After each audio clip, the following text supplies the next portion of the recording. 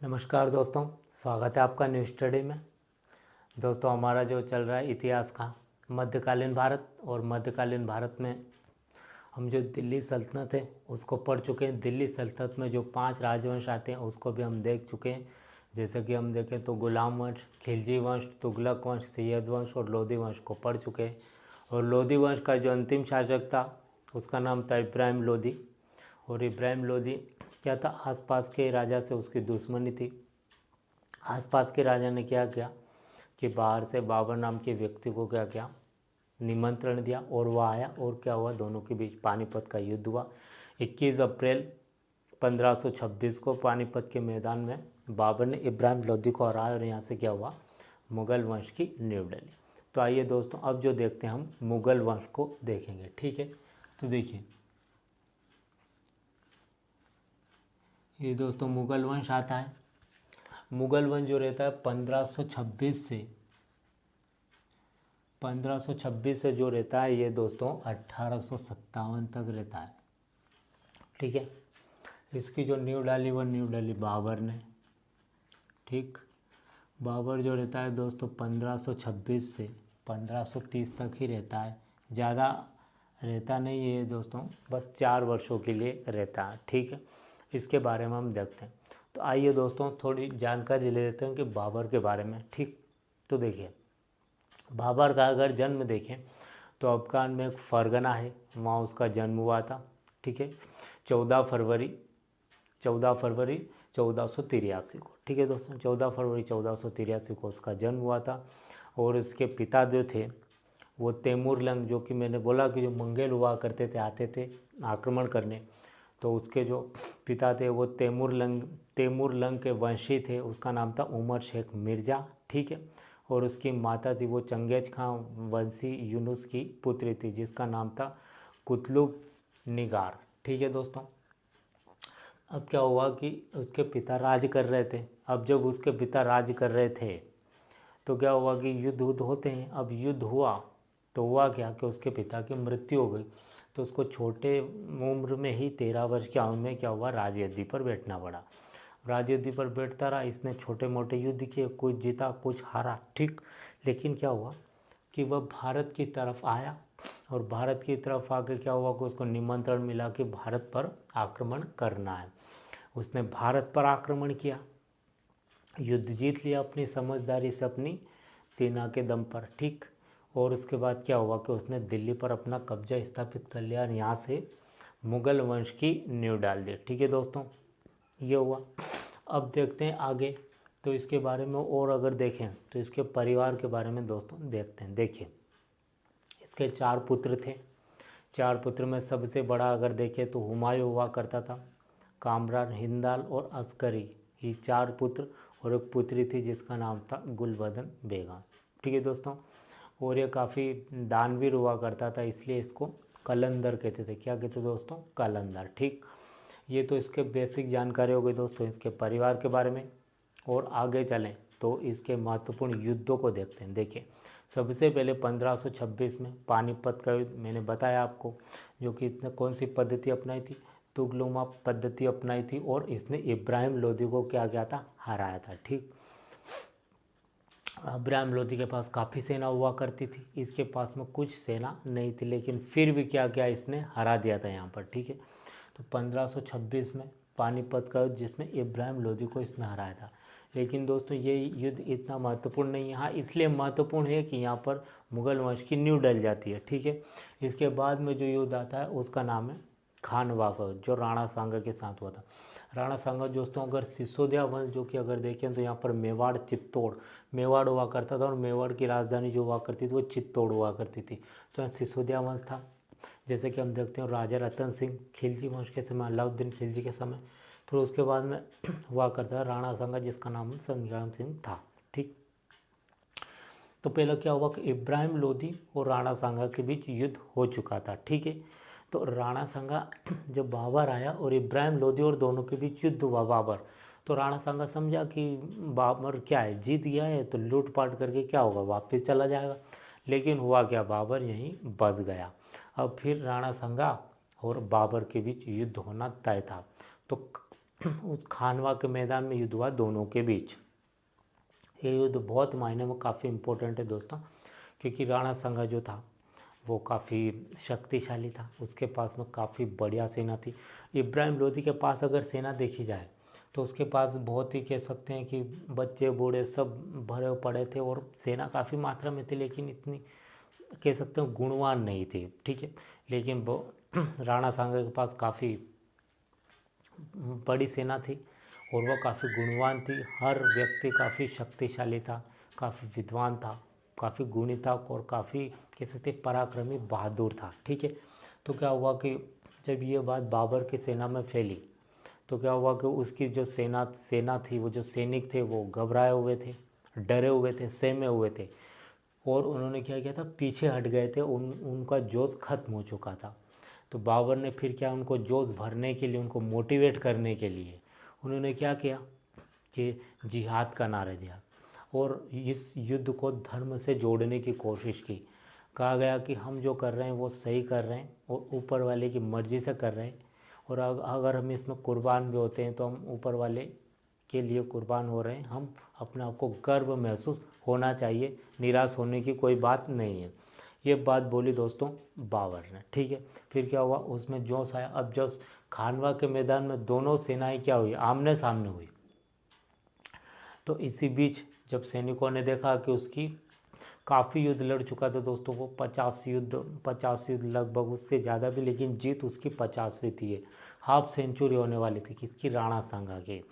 और उसके पास काफ़ी सेना थी। कहा जाता है कि उसका एक हाथ, एक आँख और एक पैर नहीं था, मतलब घायल था। और क्या था कि 80 से लगभग उसके शरीर पर क्या थे, घाव थे, तलवारों के, भालों के, इन सब के।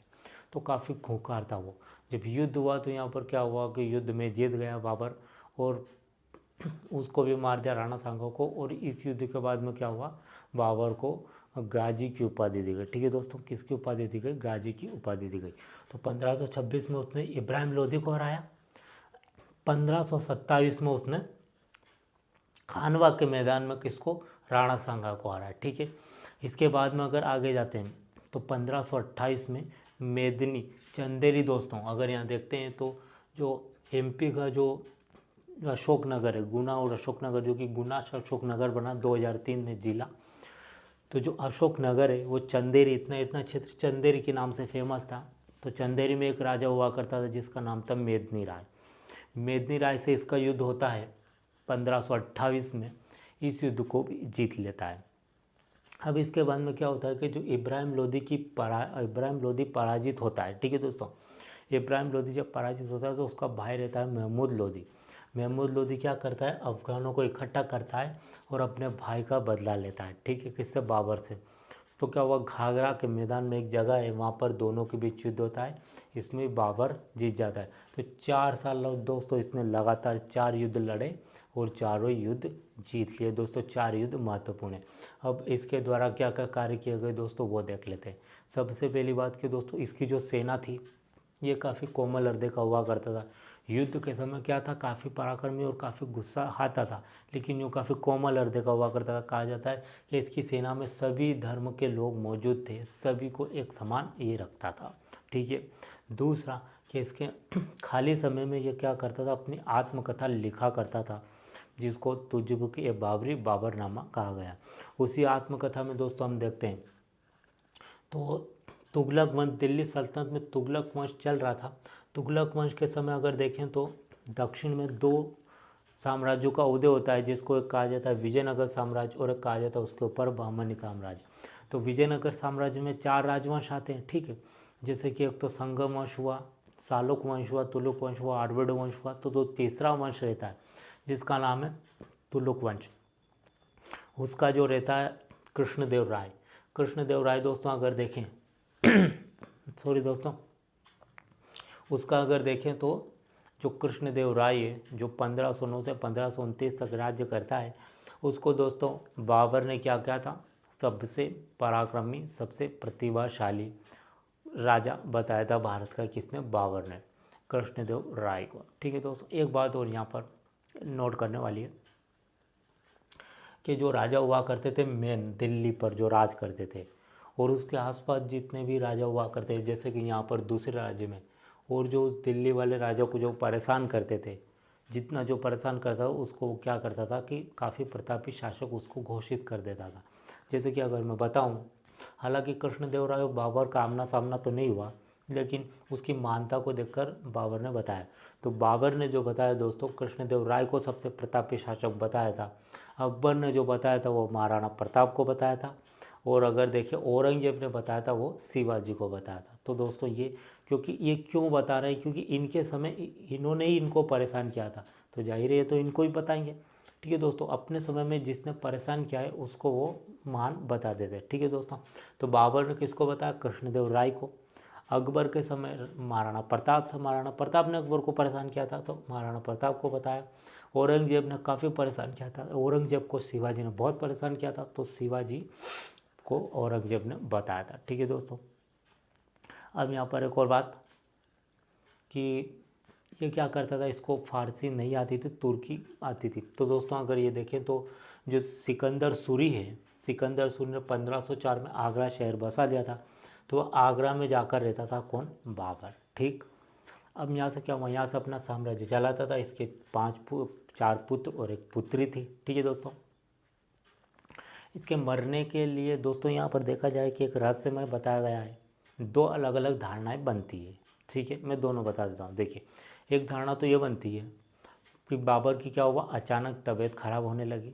ठीक है, अचानक तबीयत खराब होने लगी और अचानक उसकी मृत्यु हो गई। ठीक, 1530 में। अब जब मृत्यु हुई तो क्या हुआ कि जो आगरा में एक आराम बाग है, आराम बाग में क्या हुआ, उसका बड़ा पुत्र था हुमायूं, उसने वहाँ पर दफना दिया। कुछ समय बाद क्या हुआ कि हुमायूं को क्या हुआ, सपने आने लगे उसको। जब काफ़ी सपने आए तो उसने क्या हुआ कि 1.5 वर्ष बाद उसको खुदवाया वहाँ से, और क्या हुआ कि वो ले गया